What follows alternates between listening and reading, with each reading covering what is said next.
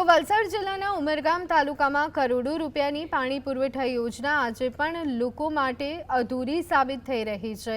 જૂની પાણીની ટાંકીઓ તોડી અને નવી બનાવવામાં આવી હોવા છતાં અનેક વિસ્તારોમાં હજુ સુધી પાણી પહોંચ્યું નથી, જેના કારણે ગ્રામજનોમાં રોષ જોવા મળી રહ્યો છે। ધારાસભ્ય રમણભાઈએ નવા ચૂંટાયેલા જિલ્લા અને તાલુકા પંચાયતના સભ્ય તેમજ સરપંચો સાથે પાણીના પ્રશ્નને લઈ બેઠક કરી।